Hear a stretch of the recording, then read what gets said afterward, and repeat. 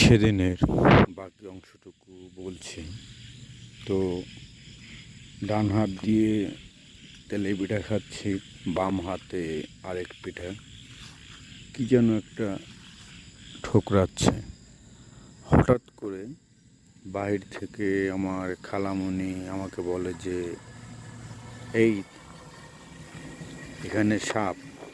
বলার সাথে সাথে লাফ দিয়ে খাটে উঠে পড়ি।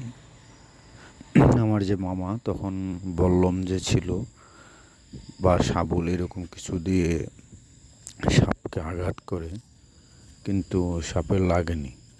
তো ঘরের কোণারে বাহিরে যেয়ে বিশাল এক আগুনের আবরণ সৃষ্টি করার পরে সেখান থেকে সেটা চলে যায়। তখন আর কি আমার মামা বলল যে এটা দুষ্ট জিন আছে ওগুলা। তারপরে ওইখানে আর দেরি না করে চলে যাই পুরনো নানুর বাড়িতে। সে রাতে থেকে